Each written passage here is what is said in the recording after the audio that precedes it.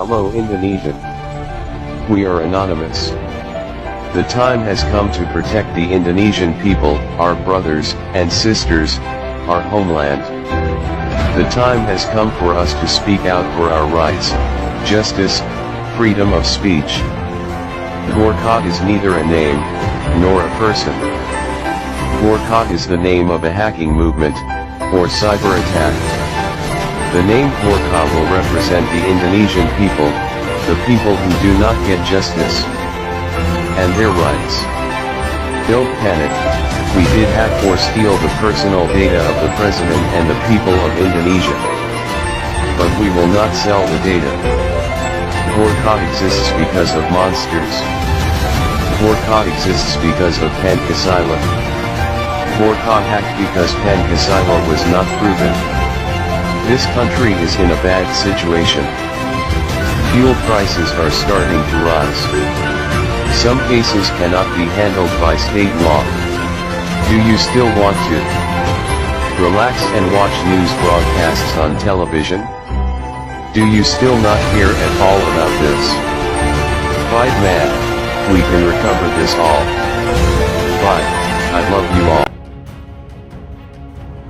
Dunia Shadow, dunia Bjorka ini unik dan baru setidaknya bagi Bosman yang bisa dikatakan sudah kelapa tua urusan Shadow, jadi tidak terlalu kenal banyak dunia Dark Shadow Intelligence, dunia maya. Beberapa kali diintercept data Bjorka ini sangat tidak mudah dan belum dapat bahkan karena setiap 2 detik pindah IP. Bayangkan, kita pikir dia ada di Timur Timur, lalu 2 detik kemudian dia di Bosnia, lalu lompat lagi ke Rwanda, terus saja mengacak setiap 2 detik. Bahkan pernah dapat laporan bahwa IP-nya malah ke IP yang sedang melacak. Coba, bagaimana hal ini bisa terjadi? Kita mengecek, ternyata yang dicek alat kita sendiri. Tidak pernah bisa tahu apa, siapa, dan di mana mereka itu. Maka yang kita baca satu lagi, yaitu motif. Apa motif mereka? Apa motif Bjorka? Endgamesnya mau kemana? Maka beberapa langkahnya mulai terlihat benang merahnya. Dia bisa jadi sekelompok orang yang membangun sistem yang ingin jadi pelaku dark justice bagi dunia. Dark justice adalah pengadilan jalanan ketika kebenaran dan keadilan tidak bisa dijalankan oleh lembaga hukum yang resmi atau yang ada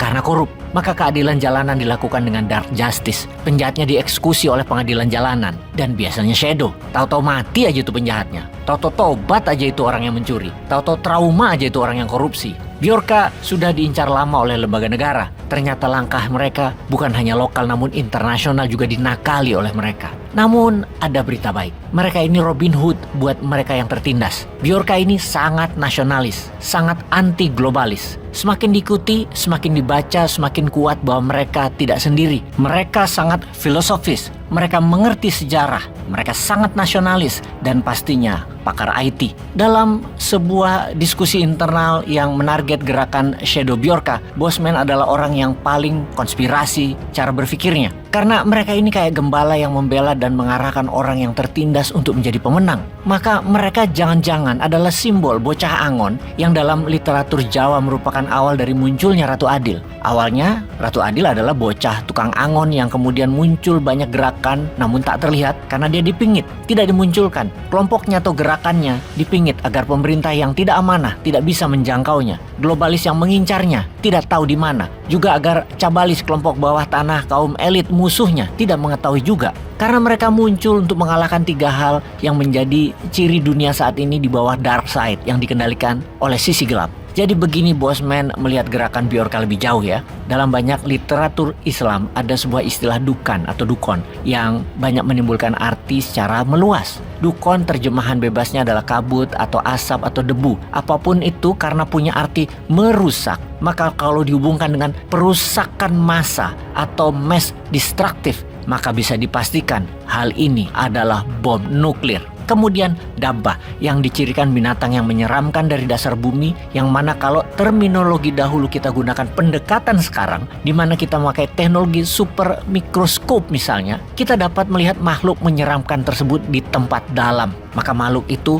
dapat dipastikan adalah virus rekayasa dan vaksin antivirus buatan yang dikuasai oleh Big Pharma. Kemudian Dajjal sebagai makhluk bermata satu, yang kalau simbol ini diartikan di zaman sekarang, saat ini ada sebuah kekuatan mempengaruhi yang berdasarkan kebohongan karena tidak ada landasannya, yaitu dicetaknya dolar, yang bisa diartikan juga simbol mata satu adalah dolar dan Amerika. Dalam mata uang dolar terdapat lambang piramida sebagai perlambang kekuatan dan ketahanan. Anuit Coeptis artinya dia yang menyetujui usaha kita. Siapa yang menyetujui? Sang Maha Pemelihara yang disimbolkan dalam mata satu, yaitu negara Amerika. Dia dan Sang Pemelihara, itu artinya Amerika yang boleh hanya segala hal yang Amerika setujui. Amerika adalah pengendali. Novus Ordo Seclorum artinya tatanan zaman baru. Sebagai lawan atau counter dari tiga makhluk tadi, muncullah kelompok atau sistem yang mendapat petunjuk atau Mahdi. Dalam bungkusan sastra Nusantara muncul banyak istilah kehadiran musuhnya tiga sumber kerusakan di muka bumi tersebut.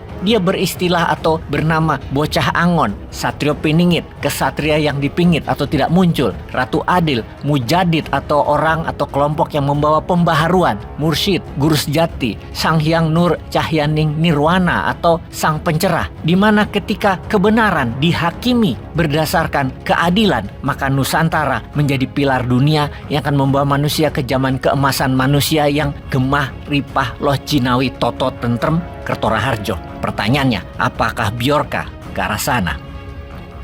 Peace.